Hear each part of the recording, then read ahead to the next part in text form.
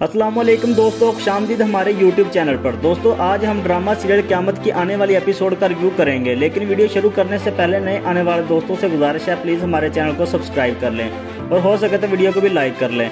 बगैर वक्त ज़ाया के वीडियो को शुरू करते हैं। दोस्तों आप आने वाली एपिसोड में देखेंगे राशिद पहले की तरह बिल्कुल भी नहीं सुधरा और फिर से इफ़रा को धोखा देने लग गया।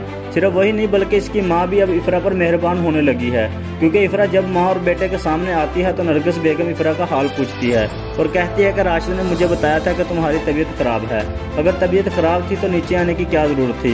इफ़रा यह सब देखकर काफी हैरान हुई, क्योंकि ऐसा पहले तो कभी नहीं हुआ, लेकिन इसके पीछे भी दोनों की साजिश है। खैर दूसरी तरफ परी और अख्तर भी राशिद को धोखा दे रहे हैं और अपनी प्लानिंग के मुताबिक राशिद के सामने ड्रामा करते हैं और अख्तर राशिद से कहता है कि चौधरी की कॉल थी, अब फिल्म नहीं बन सकती, और ड्रामा करते हुए कहता है कि इस फिल्म पर मैंने अपनी जिंदगी की जमा पूंजी लगा दी है, अगर आप फिल्म बनानी है तो हम तीनों को ही कुछ करना होगा।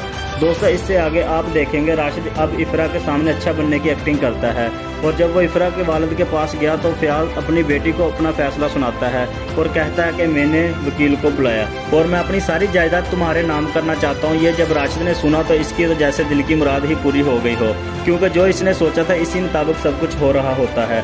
दोस्तों आज की वीडियो में यही तक, हम मिलते हैं किसी और वीडियो में, तब तक के लिए हमें इजाज़त है और मज़ीद प्रोमो रिव्यू के लिए चैनल को सब्सक्राइब करना मत भूलें। अल्लाह हाफिज़।